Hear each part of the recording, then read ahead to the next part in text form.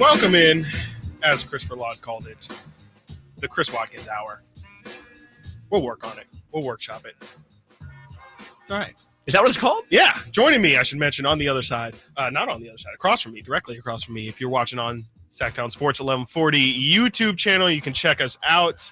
Myself, my Return of the Roar co-host, Frankie Cardicelli, also heavy contributor to the website, sacktownsports.com. You can read all of his Kings articles, game recaps, and just general Kings thoughts over there at sacktownsports.com. We are coming to you on this Monday morning. And this is a true pleasure as we are joining you for the first time since the Kings and the Clippers had the game of this NBA season for sure. And dare I say, maybe the best Kings game I think I have ever seen in my lifetime. And granted, I'm 27, Frank, you're 28 years old. We haven't been there since 1985, like the G-Man, who we'll also get to at some point in this show. But we've seen a lot, and I mean a lot of Kings games in our time as Kings fans here. I don't think I've ever seen any game as exciting as what we saw on Friday night, the double overtime special in LA in the crypto.com arena. I almost called it Crypto Center or whatever they call it nowadays. Yeah, it's always Staples. 176-175 over the Los Angeles Clippers. Offense galore, tough shot making. You had it all in that game. Did that win feel different than any other game this season? And do you feel differently about the team after that, coming out of that game? Yeah, I mean, I think you talk about signature wins, right? Yes. Like, teams need signature wins. Absolutely. And that was the one. That was one we're coming into the night of. You had a reloaded Clippers team. They have right. Paul George and Kawhi both healthy, which has been kind of a rare commodity for them this season. Very. They have Eric Gordon. Plumlee's in the fold now. Who else? Westbrook. That's Westbrook's debut. It was Westbrook's debut. That was the story right. of the night. All these big names coming in to help round out a roster that was already good. And I was telling Dave and Jason just a few minutes ago, going to that game, I wanted to see them compete. Yeah. I wasn't essentially looking for the Kings. If the Kings could have won, that's gravy. That's great. I would have loved it. And they needed to win. When you look at how far things went in that game, yeah, I don't think a loss would have sufficed at that point. I think that competing was great, but when you're at 170 points on the night in double overtime, those guys, you left it all out there. On both sides, they're killing themselves to win that game. Yeah. And the Kings coming out on top, to me, is just so telling that this group is for real. Yeah, definitely. I mean, that you mentioned it's a statement game. That's the perfect way of putting it, because I think it's the type of game that we're going to look back. It answered so many questions. I talked about it a bit on Saturday for in my Kings Weekly show, but it was just, there were so many things stacked against them in that game. The fact that they were down by 13 in that fourth quarter, down by 6 in both overtimes with under 2 minutes to go. That in itself is crazy. I think, if you would have told me, you mentioned that, it kind of would have been disappointing if they lost.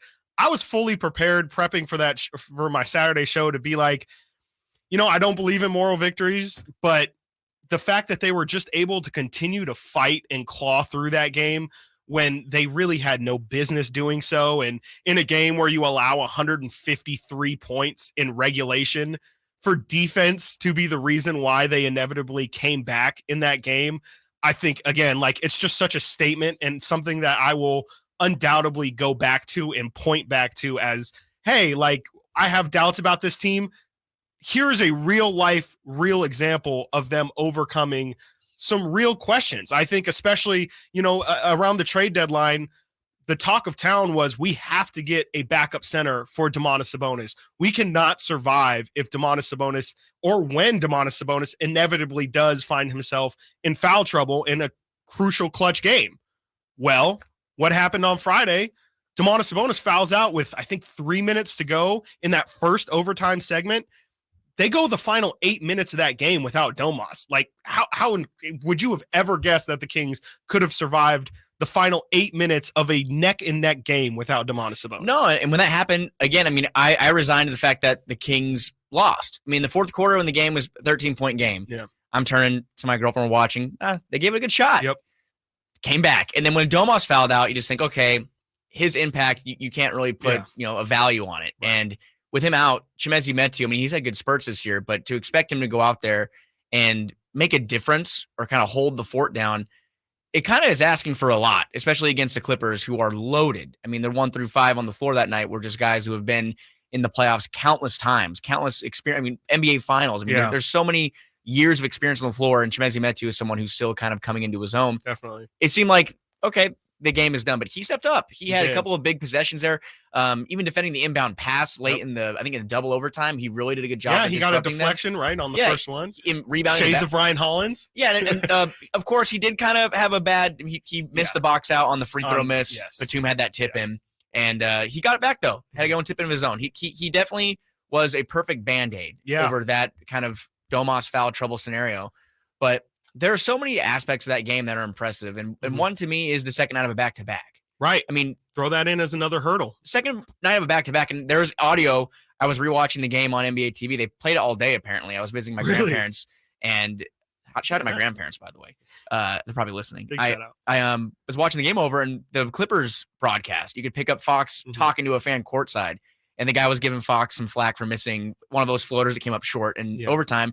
And Fox is like, man, we're on the second half of a back-to-back. Yeah, legs are done. And you could tell they were double overtime, yeah. You could see how worn down they all were. I mean, even the Clippers stopped going to Kawhi late because he played the most minutes he'd played all year. But De'Aaron Fox dug deep, hit big shots late, and that to me was the most impressive takeaway in that game was, sure, the scoring was great. It was incredible. Yeah. But the Sacramento Kings on the road, on the second night of a back-to-back, came and played one of the most rested teams in the NBA. The Clippers hadn't played since the All-Star break.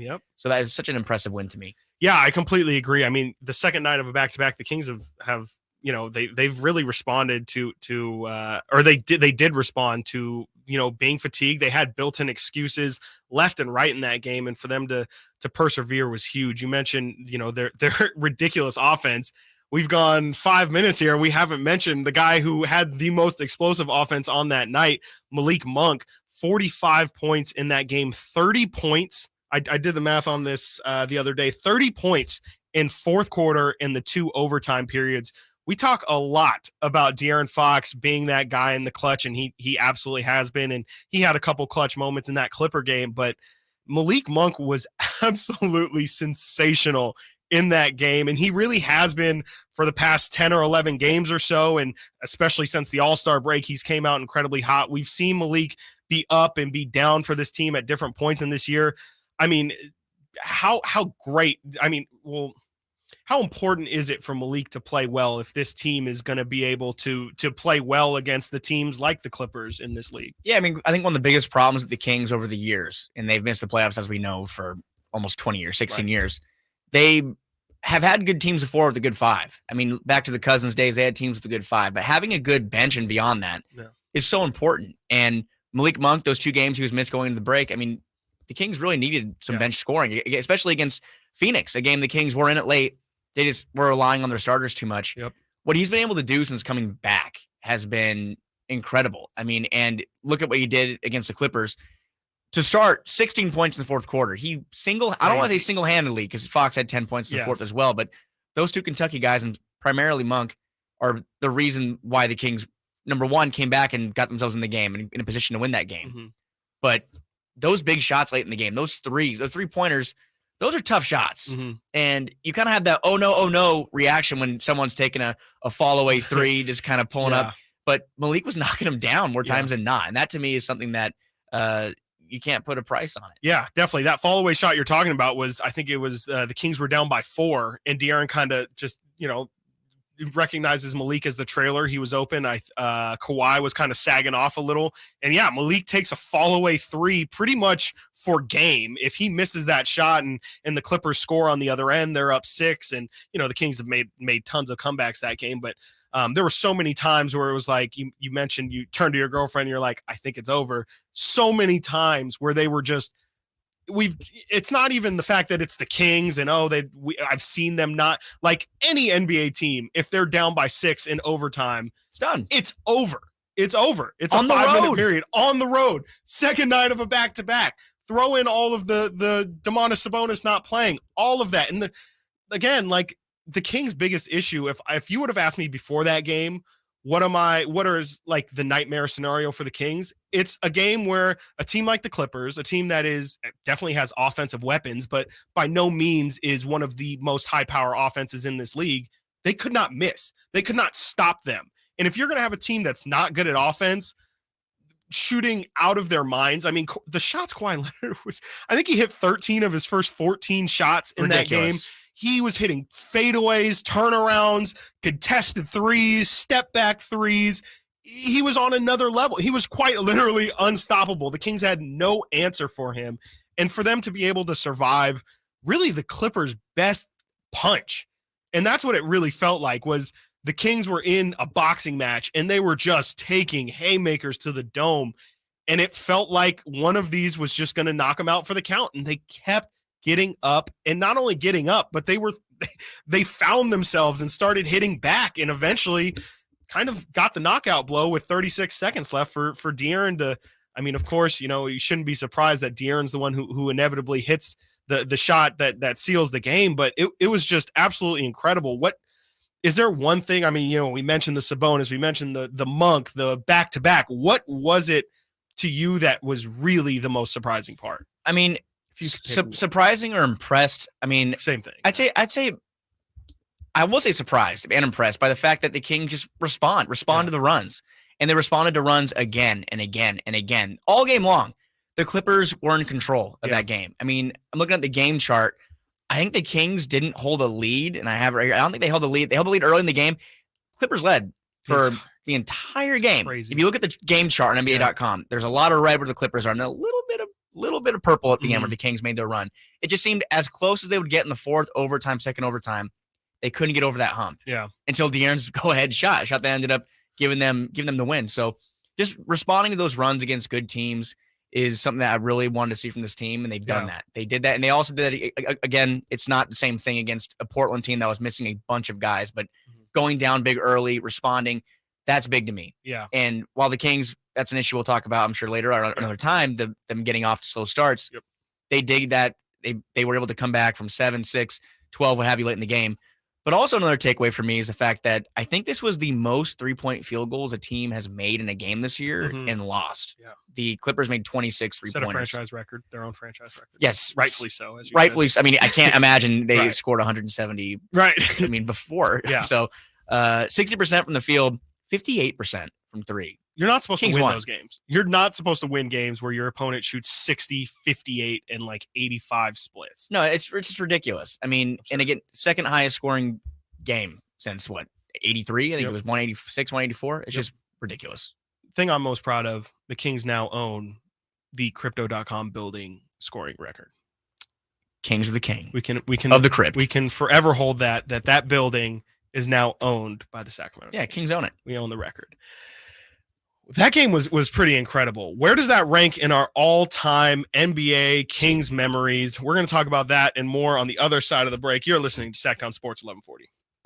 Sacktown Sports continues to grow in 2023. And Wednesday, March 1st, we will announce our biggest addition yet. Tune into the Carmichael Dave Show with Jason Ross at 9 a.m. for all the details. Guys, fellas, men, are you Roman ready for the weekend? Right now, generic Viagra, aka Sildenafil, is just $4 per dose at Roman. Just complete a free online visit with a U.S. licensed healthcare professional. If medication is appropriate, Roman sends what you need in discreet packaging with free 2-day shipping. Generic Viagra from $4 at Roman. Go to ro.co/Viagra. Do it today and get 20% off your entire first order. That's ro.co/Viagra. Big savings are back at Folsom Lake Honda, your one-stop Honda shop. Looking to own or lease? We have options for everyone. Plus, lower interest rates at Folsom Lake Honda make for lower payments. It's no wonder Folsom Lake Honda is your one-stop Honda shop. Get an instant cash offer for your trade at FolsomLakeHonda.com. We'll buy your car whether you buy from us or not. Visit us today at FolsomLakeHonda.com. Folsom Lake Honda, yeah, your one-stop Honda shop.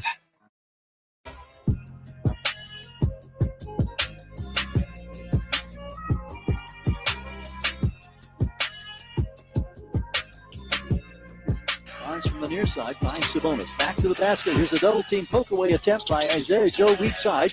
He protects, gives to Lyles, out to Fox for three. Oh, that could be a dagger. De'Aaron Fox saluting those fans courtside across the way with a salute after nailing the triple that makes it 124 to 112. Minute 30 yet to go.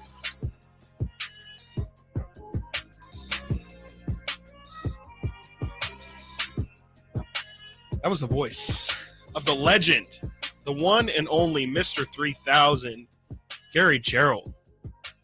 Shout out G-Man. 3,000 games. Wow. That's insane. I mean, he's literally been doing games since before we were born. Yeah. He's About a decade before. right. Not to age Yeah. anybody. Yeah, but not to age anybody or us, but the dude has just been he's literally like he's the voice of the Kings, quite literally. But when you think of so many great Kings memories, it's attached to G-Man's voice right next to it. I mean, it's pandemonium here in Arco Arena. The plays that they the video that they made, the video tribute that they made for G-Man yesterday was incredible. If you haven't watched that, be sure to check that out on the Sacramento Kings Twitter page. I know it was on their Twitter page. I'm pretty sure it's on their Instagram page as well. It might be on YouTube. They might have put it on I YouTube. hope they put it on YouTube. Yeah. G-Man got the chain after yesterday game. That was on YouTube. That as got well. me, man, in my feels. Dude, it really did. That was so great. A little choked up. Yeah, it was great to hear Mike talk about G-Man, to give, explaining why he got the chain, and then the video of G-Man getting the chain, being recognized by the whole team, seeing people dap him up, getting to close the locker, getting the break, the huddle break was that was so awesome together on three. He deserves it all. He deserves it all. I mean, think about how bad the Kings have been while they've been in Sacramento. I mean, they've had about 9 years of actual success. 9 playoff appearances, I think. In the first year they were here, they made the playoffs. I think maybe eight times after. No, 10, because they had 85, 84, 85, 86, whatever the first year. Then they had Rattle Seattle. Then they had 8 in a row. So 10 years out of what? We're going on 38 years? 8 years that he has had decent basketball. And he's been the light. I mean, I said in my recap last night, he's been a constant light among these years of darkness. This man deserves everything. Yeah. He's just the best. He's an absolute professional. What he brings every night. I mean, we have the pleasure of being around G-Man in the media dining room. We have dinner with him most nights at Golden One Center. And every night, the stories he tells, just how kind he is. The man is just a legend. Yeah, he's one of the nicest men you'll ever meet in your life. So genuine. I had the opportunity of doing pre, post, and halftime for some Kings games earlier this year. G-Man knows us. He knows me from sitting at the table for dinner. We exchange pleasantries for sure, but we've never had in-depth conversations or anything like that. And G-Man was just so gracious, so kind. So welcoming to somebody who's just trying to figure it out on the broadcast. And, he's at that point done 2,000 plus broadcasts, and here's some guy doing his first. And, he treated me no differently than he would treat Jason or Henry or Scott or anyone who's doing that thing. So, just one of a kind, like just absolutely one of a kind. And you mentioned the fact that he was able to to just last through those terrible years that he had to do. I mean, he had to call some 20-win game seasons. He's had to call some of the worst basketball you've ever seen. 50-point blowouts. Trying to keep – how do you keep a radio broadcast entertaining when a team is down 30 and this is their 50th loss of the season? I don't know how, but G-Man somehow, some way found a way to do it. And, you can just feel that he still loves to do it. There's no end in sight for that dude. Like he legitimately, like, we've seen him in the media dining table coughing a lung out, and the dude will still go on the broadcast. Puts on a show. You have to yank him off the broadcast. Puts on a show. Puts on a show as well. I mean, how long he's been doing it? And I mean, people at his age too. I mean, it's incredible. Yeah. It's incredible, and he's doing it still at a high level. Yeah, complete high level. That's the thing. Not slowing down at all. If you put it with the TV broadcast, it's step for step. No, and he's traveling with the team. I mean, TV didn't get to travel for a while. G-Man's out there. Yeah, he's out there, and I think the professionalism he brings and what he's been doing, what he means to the Kings fandom. I mean, the organization. It's just you can't really say much more. They're gonna hang his a banner in the rafters for sure. They need to. I would think so. I mean, Chick Hearn, I know has his name up in the rafters at Crypto. I think I saw when we were in Salt Lake City that the what's their name? The Jazz Yes. have their broadcaster up in the rafters. Yeah. I would love for G-Man to have a moment, and maybe they do it on the next home game. Maybe they do it in a couple years. Maybe they do it when G-Man, if he eventually retires. With what the Kings do, I think they'll probably honor him. I would imagine Yeah. at the next home game. At least maybe that media dining room that we get to Yep. eat, maybe they name it after him, like what they did with Jerry Reynolds. Yes. But I think it's just going to be so cool we're going to be able to tell, in 30, 40 years, if G-Man's name is up in the rafters, we can say like, hey, we broke bread with that guy. We laughed with that guy. We talked with that guy. I got to do a broadcast with that Yep. guy. Like it's just a definition of a legend. We can literally go on and on and on. And about above G-Man. all, the man deserves to call some playoff games. I mean, that voice Talk about it. needs to call some playoff games. And that's something I know that over the past couple of years, I think talking to Jason Ross, that was what, through Jason, that's what G-Man told him. Like, he wants to call some playoff games.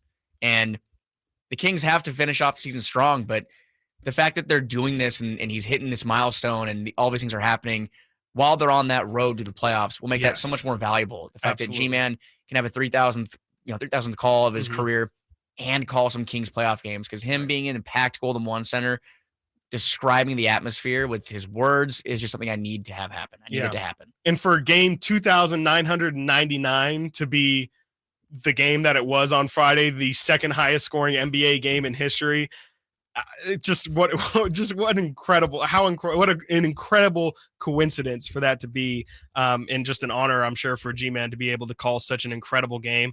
I'd be curious to ask his opinion on where that ranks in his mind in terms of like all-time games that he's called. He's obviously witnessed, Larry Bird, Magic Johnson, and Michael Jordan, and all of the greats. He's been there for it all. I'm curious where that game ranks for him. Do you have any thoughts on, we'll start with Kings memories. Is that your most fond, at least regular season Kings memory? I'd imagine maybe Bibby's game winner ranks higher or something. I know that Bobby Gerald, G-Man's son, he did put out a tweet a couple of nights ago after the Clippers game that he was talking to his dad. He was talking to G-Man about some games that came to mind, and some games that come to mind. The Bulls game, down 35. That was a game. I remember watching that game. I think I was in high school. That was a very bad Kings team. Awful. And I had the game on, and my friends were just like, turn it off, man. This is garbage. This is trash. And I'm like, I got to finish it out. We got to see that they're down by 25 now, but you guys don't get it. They were down by 35. Now they're down by 25. Yep. That was an incredible game. The 86 Arco game where Bird misses both free throws. Sure. Yeah. I heard a lot about that one. Incredible. I mean, seeing the highlights of those, and that's like, I think what made Arco. That kind of was one of the first games that gave Arco its Thunder name. Yes. Obviously, there's I'm looking at this right here. Tony Delk game was one. The 50-point Tony Delk. Yeah, that's interesting. He had 53 points against the Kings. Overtime. Right? There was a 3 OT game in Toronto, which I've seen the highlights of that one. Triple overtime in Toronto. Peja had 39. Vince Carter had 38. You have the road win over the Mavericks in 03 in overtime. Sure. And then you have, obviously, there's a bunch of Kings-Lakers games, obviously, in the playoffs. But that was the list that Bobby and G-Man thought up. But that's not even mentioning, like, some of DeMarcus's 50-point games. Yes. I don't know how fondly G-Man remembers those. Or Tyreek at the horn. Massive one just as a moment. That's another really terrible Kings team, but to have that moment in there. I was talking in a pre-show meeting with our boss Brian about, where I think it, what comes to mind when I think of games that were up to that level. And it could be because I have a little bit more, emotional attachment to this Kings team. But to me, it's like right up there with some of the legendary, NBA Finals games. Like when I think of just from an entertainment standpoint, if you were to just put this game on from start to finish, that's as entertaining to me as like Warriors Cavs game 7. Yeah, I would definitely for the stakes have that Warriors Cavs game 7 up there. But because of stakes, though. I mean, yes, absolutely. That's maybe the best finals game of all time. Maybe. Yeah. I mean, I'm not sure. The Ray Allen 3 was pretty. Yeah. It was an incredible moment. I don't remember too much about that overall game, but yeah, and I guess the games between the Cavs and Warriors weren't like really neck and neck like Game 7 was, because there were a lot of blowouts in that series. Yes, yeah. So maybe it wasn't the greatest series, but that Game 7 is one that really sticks out to me. But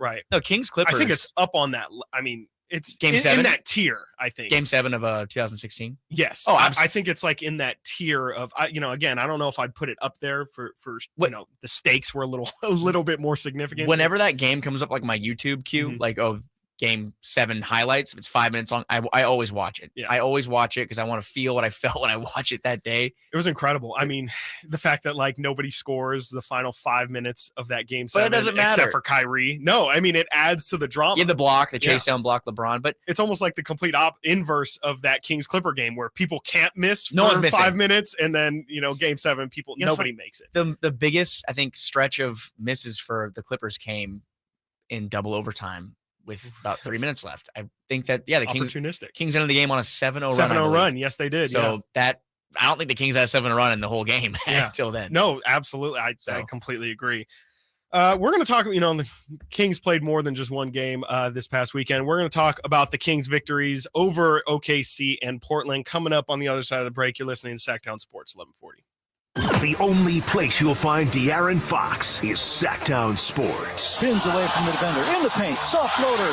That's a great play by De'Aaron Fox. Hey, Sacramento. It's De'Aaron Fox, and you're listening to the home of the Sacramento Kings, Sacktown Sports. Your local sports leader. ATM Mortgage. Hi, this is Jeff Tarbell. Are you tired of ever increasing rent payments? Now's the time to look at building your financial foundation, buying your own home, and ATM Mortgage can help. You can reach us today, 916-338-9400. That's 338-9400, or online at atmmortgage.net. ATM Mortgage. License under California CFL and MLS 223-4889. This is for the men who never settle, the ones who miss the fairway all day and still pull out the big stick, the type of guys who will always prefer to be behind the grill than in front of the camera, and the men who never let their friends forget about a high school nickname. This is the Lodge mentality. This is Twin Peaks. Who wants to settle for a single TV? With more TVs, bigger screens, plus our fabulous scenic views, there's more to watch at Twin Peaks. Eric was way behind on his taxes. I owed a lot of money to the IRS, almost $15,000. I tried to make payments. The IRS wasn't satisfied with Eric's efforts, so they came after him full force. They're coming to put a lien and a hold on all my income, my home, my car. I was just overwhelmed at what to do. Then Eric called Optima Tax Relief. When Optima Tax got involved, the calls would stop, the threats would stop. It was easy like 1, 2, 3. Optima Tax Relief is A+ rated by the Better Business Bureau, and their team of expert tax professionals took care of Eric's problem. I owe $15,000, and now my debt is clean. I don't owe anything. Take Eric's advice. If you have a tax problem, you need to call Optima Tax now. Call Optima Tax Relief for a free consultation. Call 800-364-9188. 800-364-9188. 800-364-9188. Optima Tax Relief. Some restrictions apply. For complete details, please visit OptimaTaxRelief.com. All right, class. It's the NCAA Division I Men's Basketball Championship. Welcome to Fandom 101. Here's your assignment. Lesson 1, go big for every bucket. 2, work together. And 3, attendance is encouraged, but passion is mandatory. The NCAA Division I Men's Basketball Championship, first and second rounds, March 16th and 18th at the Golden One Center in Sacramento, California. Buy your seats today at ncaa.com/MBB tickets. Class dismissed. Thousands of years ago, ancient civilizations used leather for water skins, armor, and sandals. Hi, this is Franklin Rosa with a word about Naturewood Home Furnishings. Today, leather is one of nature's most luxurious products. The combination of leather with beautifully designed furniture creates an end product that adds luxury and sophistication to any room. During Naturewood Home Furnishings leather sale, you'll find their considerable selection of leather is flexible, breathable, natural, and maybe most important, comfortable. Whether you're a relaxed contemporary kind of person or you're more classic leather, Naturewood Home Furnishings has color choices and styles to fit your home. In fact, I doubt any store can beat Naturewood's selection. During Naturewood's leather sale, all leather furniture is on sale for a limited time. Sit, enjoy the comfort of leather at Naturewood Home Furnishings, off Highway 50 at Hazel. Look for the water wheel. You don't have to look far to be inspired at Northern California's #1 Honda dealer, Stockton Honda. We take customer service to the next level. From our no-pressure sales and service to our great selection and financing options. Whether you're shopping online or in person, you'll see why our team is the #1 Honda dealer in Northern California. Anytime, anywhere, it's all here. StocktonHonda.com. #1 claim based on 2022 total new and Honda certified pre-owned vehicle car sales from American Honda Motor Company's own one report. Bonneville International Radio Station contests are open to participants at least 18 years of age and older that are residents of California and who reside in one of the 6 counties that make up the Sacramento metro area, unless otherwise specified. Employees or agents of the station, Bonneville International Corporation, other area radio stations, or any entity associated with the contest are not eligible to win, unless the station otherwise specifies in its own discretion. Persons who have won in the last 30 days from a station contest or event may not be eligible. For a copy of the general contest rules, visit khtk.com. Maida Chevy has exclusive all-in-stock pricing on a huge selection of new 2022 and 23 half-ton Silverados in stock, ready to go. See all the President's Day savings at MaidaChevy.com. Find new roads. 28-23. Sacktown Sports. Headlines.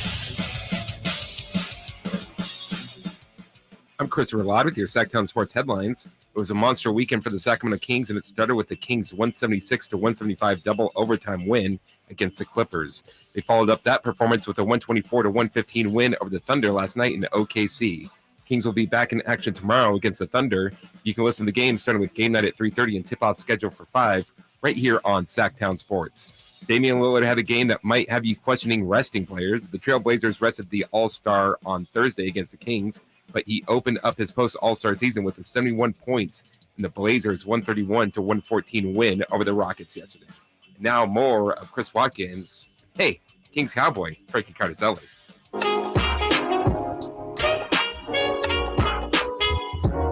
Sacktown Sports. Call or text at 916-339-1140. Chris, who chooses the update music? I don't know. It's pretty intense. I know Dusimbo makes fun of it all the time, but it's definitely a little bit intense. I don't know if that's necessary. This is definitely a lot more my vibe. Welcome to the updates. Do your Sacktown Sports update. Okay. Anyway, sorry. Kind of put that out there. Man, we're having too much fun. Having way too much fun. Kings Thunder. I know, right? Yeah, but seriously, Kings Thunder. Kings Thunder was last night. They also play the Portland Trailblazers on Thursday. Can't forget about that game. Damian Lillard, Chris mentioned, rested that game. Not really for any specific reason besides seems like pettiness and or just general rest. Super interesting, but the common through line with those two games is the Kings play two teams who are on the edge of the play-in race without their stars.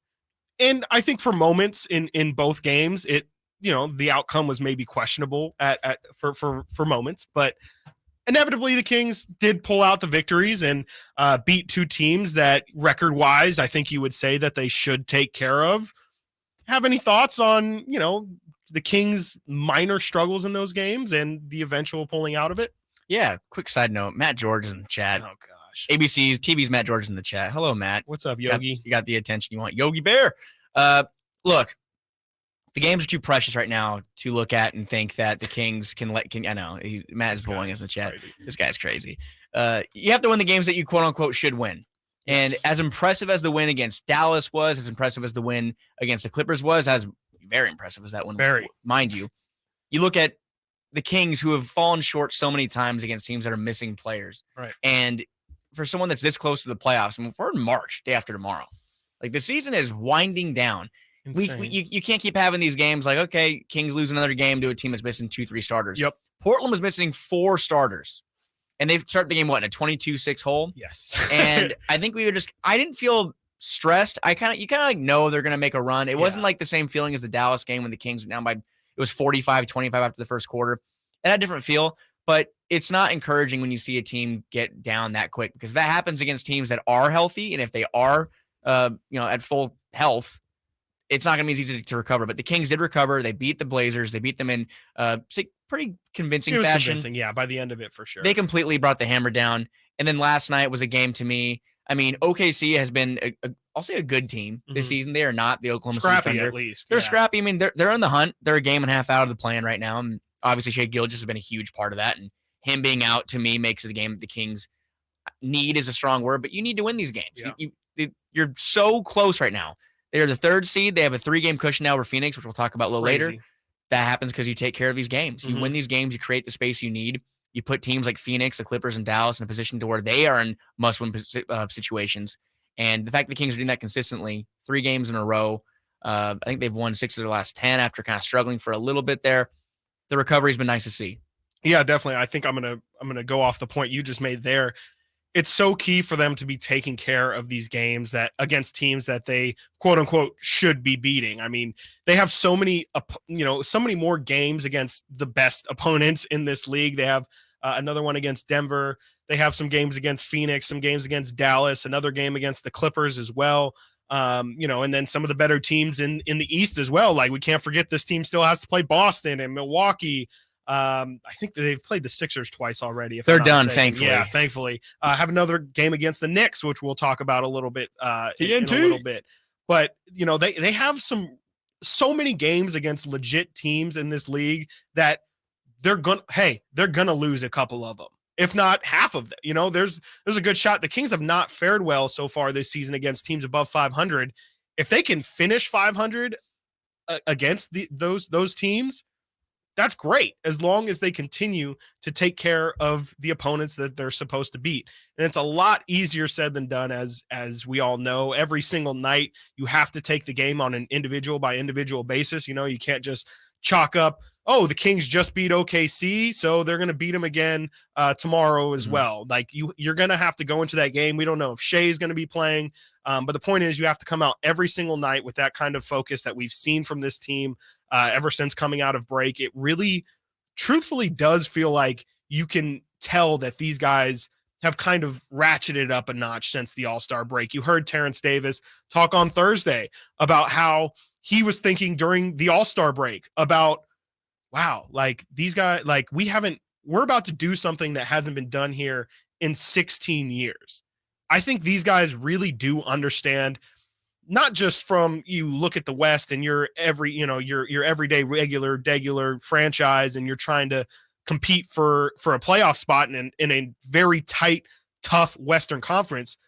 On top of all that, you're the only team that has a 16-year playoff drought attached to it. There's nothing that you can go back on to be like, hey, like, remember 2 years ago when we were in this same situation and pulled through. Like, you have no experience that you have to fall back on. And for them so far to come out with the intensity they have, it's really surprising to me. It's just not something that I thought that they would be able to take up to another notch, but they've really met the competition since the break head on, and they've played really, I would say, with the exception of the OK. I don't think they played too well against OKC, which almost makes it a better win in my opinion, because if you're a good team, you can't always play your best basketball. Sometimes you're gonna have to scrape it out, and on not your best night, you're gonna have to figure out how to win games. And I think that's what they did. We'll give them some credit. I mean, Oklahoma City in the third quarter. The third quarter was what? Is that when they scored 40? They scored 40 on 8 of 12 from 3. Yeah, Isaiah Joe. They were wondering, when's he going to get going? Did you hear that? When is he going to get going? He had, 28 the other night? Yeah. Okay, well, he got going. He got going. He definitely got going. He got going, and obviously they responded. Yeah.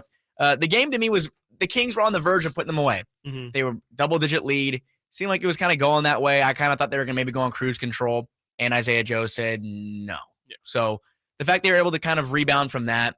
Fourth quarter, I think I tweeted they're going to need fourth quarter Fox tonight. Yep. Turns out, I mean, and Fox did chip in. He had 7 points in the fourth quarter, but Trey Lyles, Mr. Fourth Quarter last night. Sometimes I watch Trey Lyles and I'm like, do I love you? Like, Max extension? I'm ready to give it all to Trey, because he sometimes just he is so perfect coming off the bench.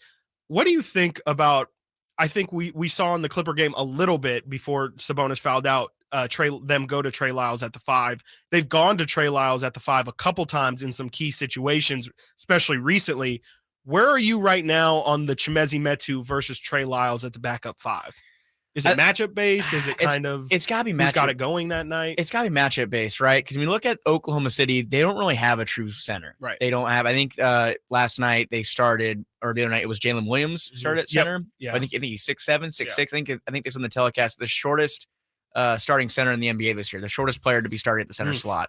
So that's ideal for Trey Lyles, who I believe is 6'7", 6'6". So that works. But when you play other teams that have, against the Clippers, you have Plumlee coming off the bench. Throwing Lyles at Plumlee, that's kind of a tough matchup. And I'm in the camp of Holmes or Metu. I think Holmes still does. It's crazy to me. Second half of the season, we have seen 0 Rashawn Holmes even still. Yeah, I mean, maybe we will. And Chimezie again has played well the past couple of games, and I'm willing to see this through. And I think he deserves a shot until he proves he doesn't. But it's got to be matchup based. If they're playing teams with small ball lineups, Trey Lyles is perfect for that situation because the Kings have been a good small ball team this season. They've had to because they don't have a backup center. So Trey Lyles, though, that shows you last night exactly what he can bring in that role. And I mean, last night in the fourth quarter alone would have been a good stat line for him. 10 points, 4 rebounds, 3 assists, 3 or 4 from the field. That's a good stat line. That was the fourth quarter by himself. Yeah. His ability to stretch the floor, to me, offensively, is what makes him what can make him such a valuable piece, especially in the right situation in the playoffs. Like if you're able, just to play the Minnesota Timberwolves, perfect example. If you can put Trey Lyles as your backup 5, that's how teams get Rudy Gobert off of the floor. And that's really the importance of having somebody like Trey Lyles be your backup 5. It's not necessarily him doing the traditional center stuff. It's not him getting double doubles, getting 10 rebounds in a game. Not about, protecting the rim is definitely a bonus of that, but it's about his ability to stretch the floor and pull centers like Rudy Gobert, like Mason Plumlee out of the paint and leave wide open lanes for De'Aaron and Malik Monk and the Kings cutters to get open at the paint. And I think that to me is the biggest benefit of playing Trey, but I think I agree with you that it seems like this coaching staff does take it on a night-to-night basis and really does take into account the matchup figure of it all. Yeah, and you have to. I mean, again, the Kings, it's weird because they are a deep team, but their only position that they're not really deep in is the big spot. I mean, especially look at what Terrence Davis has been doing. Terrence Davis has really taken a step forward and been productive off the bench. These are things the Kings need. They couldn't just go into this playoff chase with only Malik Monk being that contributor. They need guys like Trey Lyles to contribute. Davion Mitchell, give him some credit. He's taken a step forward on the defensive end, and he's been a little more aggressive on offense. Some shots have been falling. It's not where you want to see from him ideally. He's not quite there yet, but he's taking steps forward. He's progressing. But yeah, TD, Mitchell, Lyles, Monk, the Kings have 4 players at the bench right now that I feel confident. Like I'm confident in those guys. Yeah. Like I really do trust those guys right now. Now, Chimezie and Rashawn, we'll see what happens, but Chimezie's playing good minutes, and until that changes, Kings shouldn't mess with what's working. I think I see people on Twitter saying Kevin Hurd's been struggling. It's time to switch up the starting lineup. Why?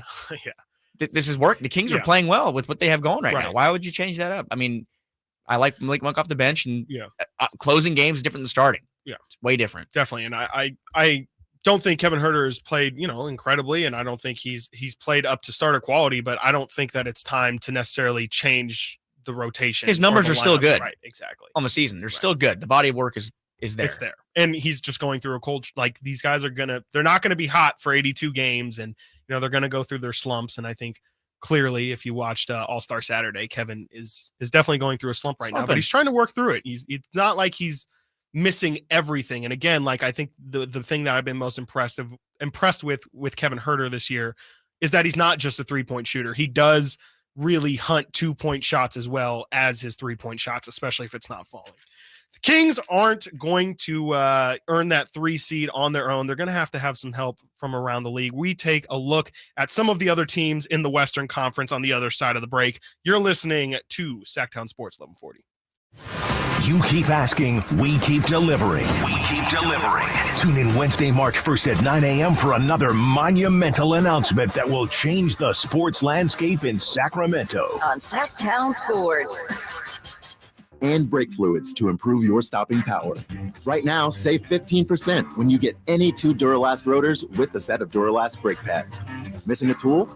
Ask about our free Loan a Tool program and borrow the tools you need to get the job done. Get in the zone, AutoZone. Claim based on data from the MPD Group 2021. Deposit required for Loan a Tool. For a precision-crafted performance, the decision is easy. A new Acura from Acura of Stockton. Get the driving experience you've been waiting for in a new Acura. Get the best selection and customer service you deserve from Acura of Stockton. Shop in person or use our online express store at AcuraofStockton.com. Acura of Stockton will buy your trade, even if you don't buy from us. Don't settle for less than precision-crafted performance of a new Acura from Acura of Stockton and AcuraofStockton.com.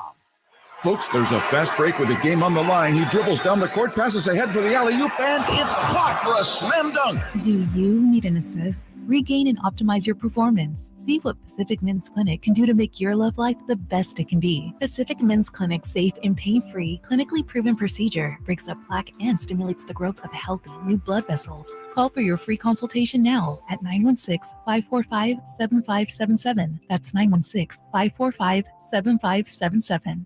Individual rates, coverage offerings, and savings may vary, subject to terms and conditions. Not available in all areas. Actual Pie customer. As a small business, we're always looking for ways that we can offer the quality product and get some cost savings. Meet Michelle from J.J. Pfister Distilling Company, a small business in California. When looking for workers' comp coverage tailored to the company's needs, she discovered Pie Insurance. We heard about Pie Insurance being geared for a small business, gave Pie a call, and ended up switching. Is your small business overpaying for workers' comp insurance? See how much you could save at trypie.com. Plus, when you sign up for pay-as-you-go billing, your premium is based on your actual payroll, not an estimate, so your workers' comp audit experience is simplified. We saved about 30% off of our workers' comp insurance when we switched to Pie.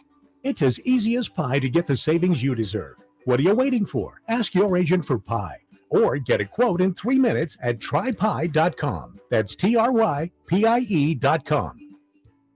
2 minutes left. 2 minutes left. Hands up. No fouls. No fouls. Yes. Great job. Timeout. Hello, Sacramento, and all you listeners, it's Doug Christie here for the Good Feet Store. Did you know that when your feet are not properly supported, your whole body can become misaligned, causing pain in your feet, knees, hips, or back? Good Feet arch supports are designed to support all four arches of the foot, placing the feet in their ideal pain-relieving position and aligning the body from the feet up. Good Feet arch supports come in a wide range of over 300 styles, flexibilities, and sizes, so customers can be precisely fit with the arch supports that meets their personal needs. It's one reason why Good Feet arch supports are only available at the Good Feet Store. Visit the Good Feet Store now for a free personalized arch support fitting and then take them for a walk. Experience for yourself the pain-relieving comfort, balance, and support of Good Feet. In Sacramento, Roseville, Stockton, Modesto, and Vacaville. Online at goodfeet.com.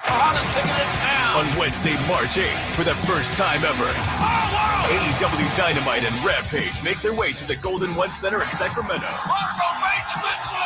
Don't miss the fallout from Revolution and what promises to be one of the biggest shows of the year. Don't miss MJF. I'm a generational talent. John Moxley. Get in the ring with me. It's dangerous as all hell. Kenny Omega. The Young Bucks. Saraya. I am the revolution. Bryan Danielson. Claudio Castagnoli. Jamie Hayter. Dr. Britt Baker, DMD. Eddie Kingston. Orange Cassidy. The Acclaim. Everyone loves the Acclaim. Swerve in Our Glory. Hook. Hangman Page. Jade. FTR. Top guys out. Tony Storm. The Lucha Brothers. Wardlow. Darby Allin. Sting. Chris Jericho and the Jericho Appreciation Society. And that's entertainment. And many more will be there live. Don't miss AEW Live at the Golden One Center. Tickets are on sale now. Go to AEWTix.com now. Cards subject to change.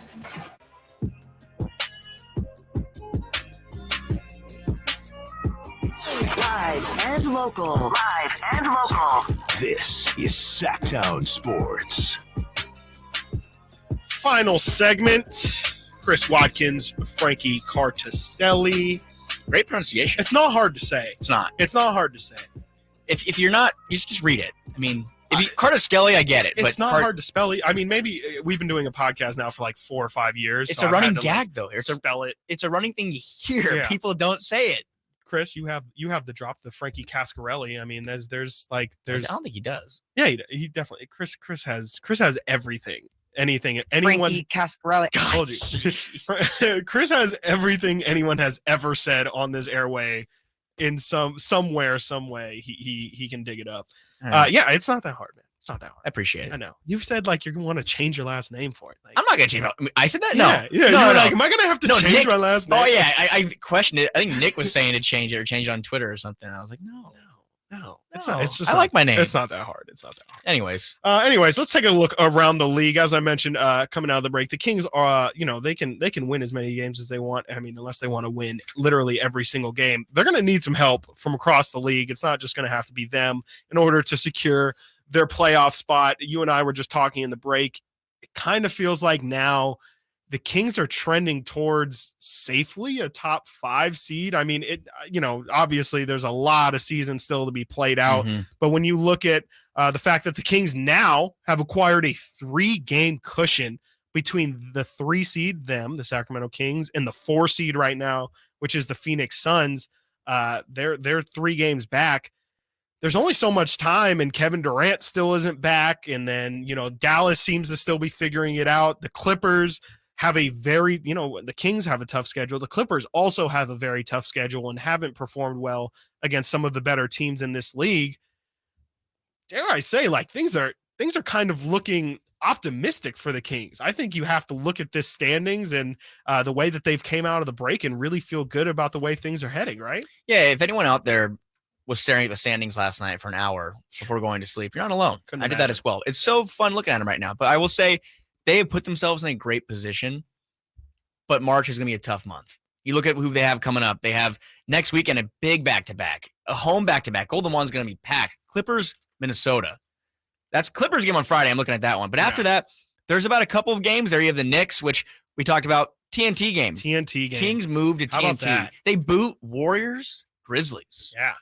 For Kings Knicks. Well, they played who the Warriors played last night. They put the Warrior game on last night. They played Minnesota on I thought ESPN. It was like why? That didn't need to be on ESPN. But the Kings have, coming into the season, how would anyone know? I mean, we didn't even know. No. Nobody knew the Kings were going to be their top 3 with a month to go. Right. So no one knew that. They're getting the respect they deserve. They were a talking point in All-Star Weekend. We know that people around the league are taking notice of them. And they, of course, are playing the Knicks, who are the New York Knicks. So you get the East Coast aspect of it. People are going to know who they are. I mean, they're going to continue to know if the Kings keep winning. But I'm looking at the upcoming stretch. You have the New York game after New Orleans. You have Phoenix, Milwaukee. There's about a week stretch if the Kings can get through that and have their head above water. I feel really confident. Then they go play teams like Utah.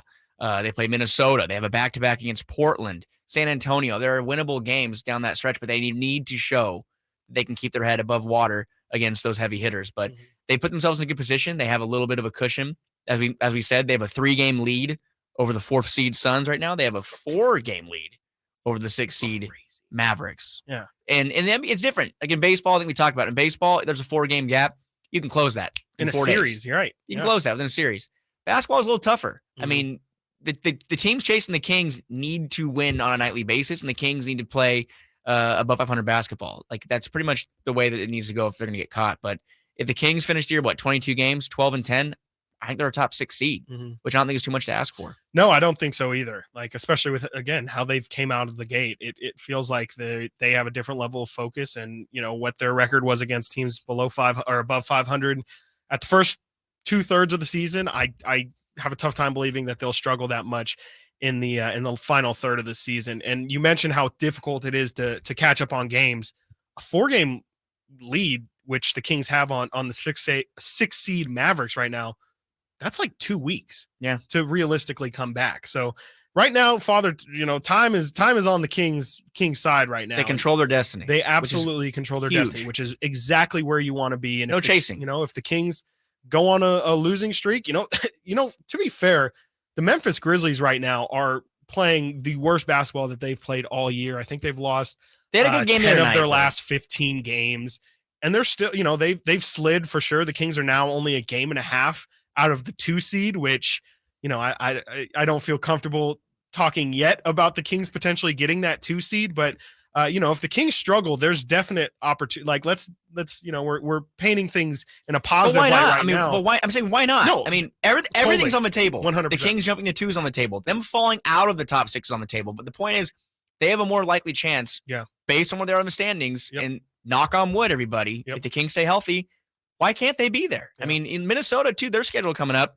They have some tough games. They have Denver, the Clippers, the Lakers have been playing well. Golden State could have Steph back. Dallas twice. They have some tough games coming up, so why not? Yeah, no, why not us? It's something. Is that Coach Nick? Yeah, why not? Yeah, why exactly. not? It's We're about Coach Nick. Go into to do some. Why not? Why not the Sacramento Kings? And I think that's really it's a mindset change that we're gonna have to flip for the remaining games. It's just there's been so many times I heard Dave talk about it right before they went off, where it's like, in the past it doesn't. The Kings would have a really uplifting win against the Clippers, and then you would see that they would lose these games to the OKCs and let that Blazers game slip on by. But the Kings had that period early in the year where they lost to Charlotte and then lost to the Wizards. That feels like hopefully they learn from that situation and they don't let that happen again. You're getting played off like at the Oscars. Real quick, De'Aaron Fox, player of the week. You think so? Yes, no, maybe so? It feels like it. I mean, he's got 7 straight games of 30-plus. Kings haven't lost since they've came back from the All-Star break. That's usually a big indicator of, player of the week status. I think so, De'Aaron Fox. We'll see. Western Conference. About 2 hours, we'll find out. Really? I think All so. right. Well, that'll be breaking during Deuce and Mo. Please don't turn that dial anywhere. Deuce and Mo are bringing you from 11 o'clock to 2 o'clock. I think I will be joining them for the first hour. So, stay tuned right here on Sacktown Sports 1140.